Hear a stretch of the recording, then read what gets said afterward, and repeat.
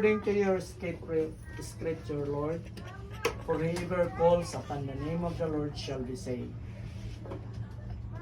Meaning, amo karong pagsaluan ng mga material foods, amo kining tagan o kami mo ambit ni ini isip imo mga panalangin nga ni kanamo hinaut unta o Lord ikaw mag-bless pa sa kanang mga adlaw sa among kinabuhi.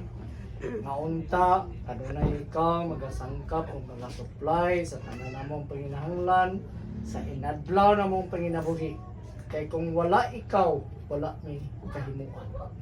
Ang tanan nga among gikinahanglan nga mga material foods or material blessing gikan kini kanimo.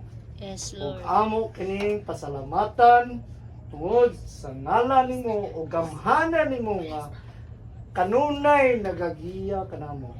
Yes, Now, Lord. punta o Lord sa maabot pang mga adlaw kanunay ikaw magauban kanamo sa among pagpanikay-sikay sa inadlaw namong panginabuhi. Nga unta kanunay ka magauban namo ug kanunay ka magauna sa among tanang mga gibuhat.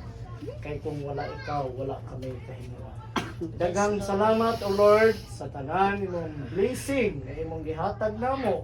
Amo ning gidawat o pasalamatan ka namo hangtod sa walay katapusan. Amen. Amen.